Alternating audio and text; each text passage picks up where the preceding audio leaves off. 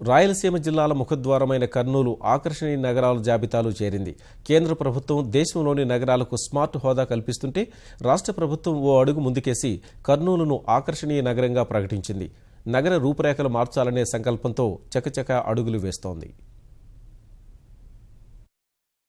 కేంద్ర ప్రభుత్వం ప్రకటించిన ఆకర్షణీయ నగరాల జాబితాలో రాష్ట్రం నుంచి విశాఖ, కాకినాడకు చోటు దక్కింది.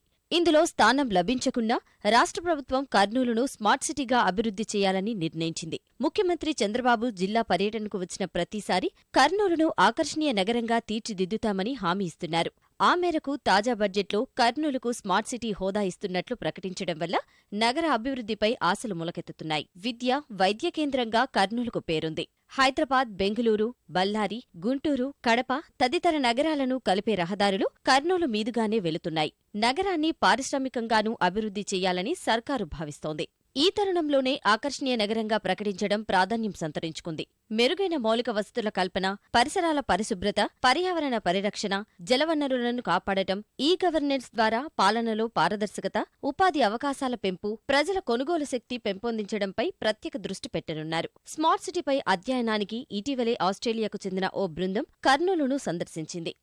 అంటే ఇప్పుడంతా కూడా డేటా సమీకరణలో ఉన్నాయి. ప్రభుత్వం వాటికి కూడా టైం లైన్స్ ఇస్తుంది.